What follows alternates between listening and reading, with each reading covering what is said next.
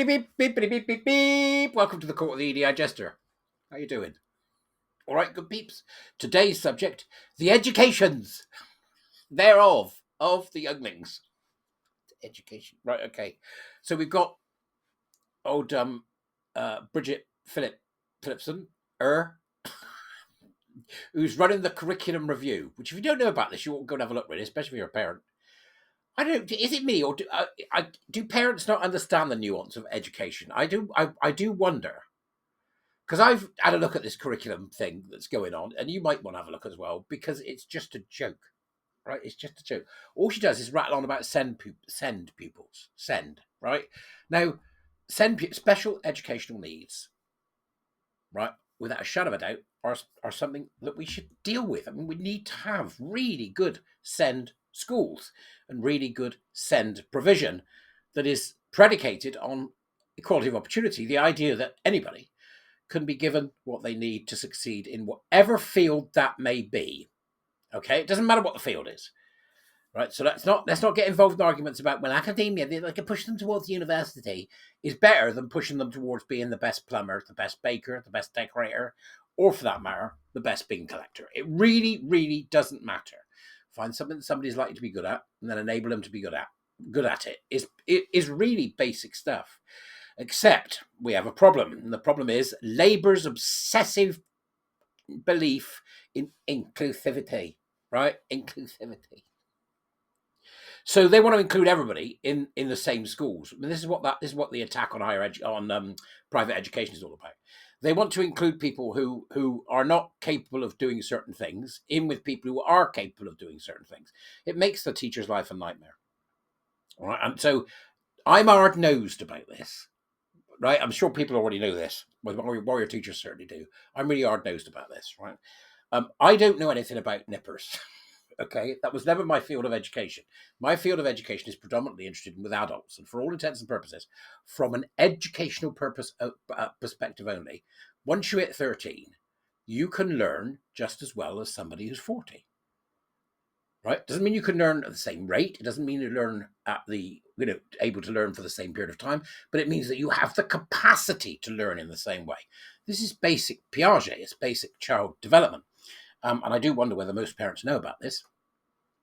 And I think we really need to understand exactly what it is that Labour is attempting to do, because I've got real concerns about it, and I'd like to hear whether or not you have too. So have a look at this first. See? Look at this. This, right? Look what happened under Labour. Look what happened under the Tories. It's not a party political matter, by the way, but it's a philosophical matter. But just have a look and see. I think that's quite extraordinary for a start. If you want to go and check it, go and check it. Feel free, as they say. I think that's quite extraordinary, just as a starter, that's what we saw happen. Now, I'm very much of the opinion that the type of education that Labour will be pushing for, which is going to be primarily Freirean or Paulo Freire, which is to make activist kids and also to include at all costs, regardless of what happens at the end, where people may go on to become brain surgeons or may go on to become great philosophers or great poets or great artists, who are then lumped in with people who are always going to be saying, do you want fries with that, for whatever reason, for the first part of their life. Kids are not one homogenous lump. That's always been the problem and always will be. And it's upsetting to parents who have children who genuinely have difficulties with learning and genuinely have difficulties with understanding things, when their particular needs are lumped in en masse with everybody else. So from that perspective, it's really strange to have seen this. Now, this was in the Telegraph. Madeline Grant put this in the Telegraph. It's only a very short piece about Bridget Phillipson, saying that Bridget Phillipson knows Michaela is working and she can't stand it. And Michaela is number one school, done really well, run by Catherine Burble-Singh, fantastic woman, a real visionary in the education field, who has done great work. There's a book called The Power of Culture, which was written by her and her teachers, which I recommend highly. And it says here, Bridget Phillipson knows Michaela is working, but she can't stand it. Clearly, the Education Secretary would rather combust than utter a word in praise of Catherine Burble-Singh's high-performing state school. A few MPs have perfected the art of the well-timed parliamentary question. One is Reform's Rupert Lowe. Hey, Rupert, how you doing? Whose canny inquiries about migration make him a constant irritant in the Home Office. There is also, there is SNP leader Stephen Flynn, who, despite his party's depleted numbers, routinely slices cabinet ministers as if they were haggis. I once convinced a mate of mine that the haggis was a three-legged animal that ran round mountains in the same direction constantly. He swallowed it hook, line and sinker. Now, another is Suffolk MP Nick Timothy, also a columnist for this newspaper. They're referring to the Telegraph. This week, Timothy asked Bridget Phillipson to praise the head of a top-performing UK state school. A pretty simple task, you'd think. Wrong.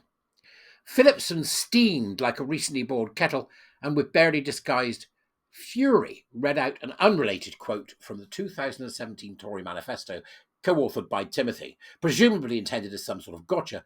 This merely confirmed how rattled she was. Clearly, the Education Secretary would rather spontaneously combust than utter a word in praise of this school. Why? Perhaps because the headmistress in question is Catherine Birbalsingh, founder of Michaela Community School, which favours traditional teaching methods and a knowledge-rich curriculum. By rights, left-wingers ought to admire Michaela, a non-selective state secondary school located in a deprived area of London, which nevertheless outperforms many of the UK's top fee-paying schools. Instead, the very mention of it seems triggering. What better evidence that achievement always comes second to ideology? Miss Phillipson would probably rather lavish praise on Eton. It's an utterly extraordinary exchange when you consider that these are the people who are saying that we're going to make education better. That I don't see that they have any intention of making education better whatsoever currently as things stand. And then we have the exchange here, the full exchange, the oral answers to questions between Bridget Phillipson and Nick Timothy on Monday the 9th of December 2024, in which Nick says, I assure the Education Secretary that we are very positive about schooling in this country.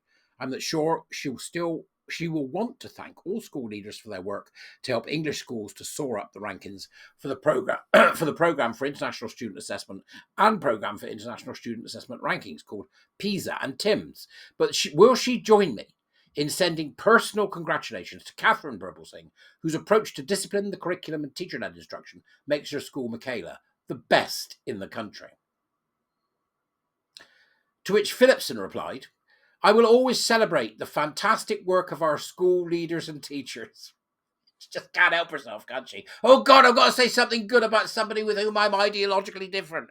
Bridget, don't praise or whatever you do. I'm not going to. Just sit down. Let me get on with it. He's asked. Shut up. It's just insane. I will always celebrate the fantastic work of our school leaders and teachers. Will you want all of them? Even the bad ones? Because they are how we will drive high and rising standards across our school system. Right, okay.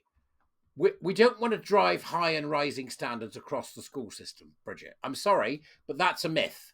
That's a myth. What we want to do, once we get to the point where you're talking about somewhere like Michaela, which is with 13 and above and looking towards that very important period at which young people or kids go, hey, here, now, what do I want to do? Or where we can go, never going to be a brain surgeon, but, we'll love it down the quick fit shop, right? Those years are a filtration system, Bridget, right? And that's what you basically don't understand. They're the filtration system that starts there and ends post-PhD. They're a filtration system. So we don't want to drive high and rising standards across the school system. What we want to do is create a school system that finds our best and brightest, that can make the world a better place for all of us. That's called meritocracy. And as the warrior teacher logo, as the warrior teacher sort of bywords go, might, M-I-T-E, meritocracy, intelligence, talent, and excellence should be at the heart of what you're doing, except it's not, is it, Bridget? It's not. What you want is homogenization. What you want is a leftist, hard left view of education in which, one size fits all so that you can make your activist pupils and so that you can ensure that everybody's included, but at the expense of the best, because you won't deal with the worst. That's what it seems like to me. I will always celebrate the fantastic work of our school leaders and teachers because that's how we will drive high and rising standards across our school system. The honourable gentleman and I probably have more in common than he realises. he might recognise these words. All she had to do was say, "Congratulations, Catherine." But instead she said this: "The great injustice in Britain today is that your life is still largely determined not by your efforts and talents, but by where you come from, who your parents are, and what schools you attend. This is wrong. They are taken from the 2017 Conservative Manifesto, which he was involved in writing. The government will right those wrongs and break the link between background," and then on she went to talk about it in various ways. It's absolute cobblers. Absolute cobblers. Catherine Burblesing proves that no matter what your background, no matter who you are, no matter how, difficult life can be, that she's dealing with some really, really hard situations, you can still be the best. Phillipson has no intention of doing that. She said that, she quoted that to him, because she's not interested in equality of opportunity. She's not interested in getting people, no matter who they are, to be the best they can be at what they're going to be. What she's interested in doing is levelling the playing field. And that, ladies and germs, is equity. And for those of you that don't know what equity can be, it's essentially communism. All right? So that's just me. I'll wait to hear from you, of course. What do you think? Am I wrong? Am I wrong about this? I'm not, just so you know. Other than that, go well. Have a great day. Go do some things. Have some fun. I'll see you later. Bye-bye.